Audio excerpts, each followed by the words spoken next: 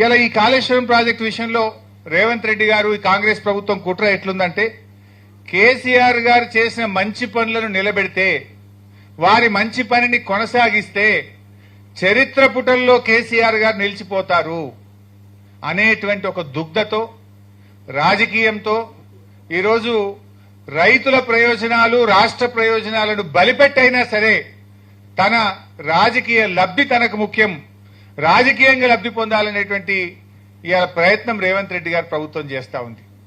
నాయకుడు అనేవాడు ఎప్పుడైనా రాజకీయం కంటే రాష్ట్ర ప్రయోజనాలు ముఖ్యం. రాష్ట్రం కోసం ఒక నాయకుడు పనిచేయాలి, ఆ నాయకుడే నిజమైన నాయకుడు అవుతాడు. ఇలా కేసీఆర్ గారు చేసిన ప్రతి పని కూడా సాగునీటి రంగంలో 100 ఏళ్ల ముందుకు ఆలోచించి ఆయన నిర్ణయాలు తీసుకున్నారు.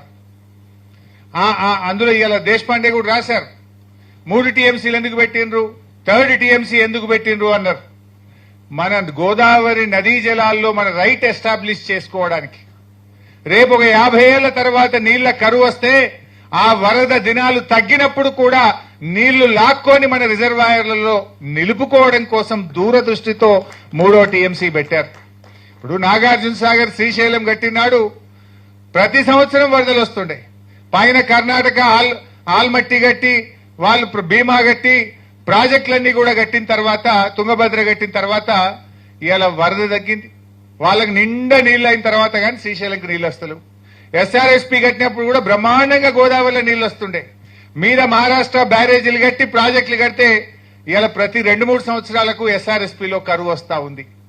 ఇలాంటివన్నీ కూడా దృష్టిలో పెట్టుకొని రేపు 100 ఏళ్ల తర్వాత కూడా నా తెలంగాణ నీళ్ల కోసం ఇబ్బంది పడొద్దని దూరదృష్టితో ఆలోచించినటువంటి నాయకుడు ఈరోజు కేసీఆర్ గారు. కానీ రాజకీయం కోసం కేసీఆర్ కు పేరు రావద్దనే ఒక రాజకీయమైనటువంటి కుట్రతోని రేవంత్ రెడ్డి గారు ఆ ప్రాజెక్టులను కొట్టుకుపోవాలని, పడావు పెట్టాలని, రైతులేమైనా సరే రాష్ట్రం ఏమైనా సరే తనకు రాజకీయం ముఖ్యమనే విధంగా ఇవాళ రేవంత్ రెడ్డి గారు వ్యవహరిస్తా ఉన్నారు. ఇవాళ దీన్ని మనం అర్థం చేసుకోవాల్సినటువంటి అవసరం ఉంది.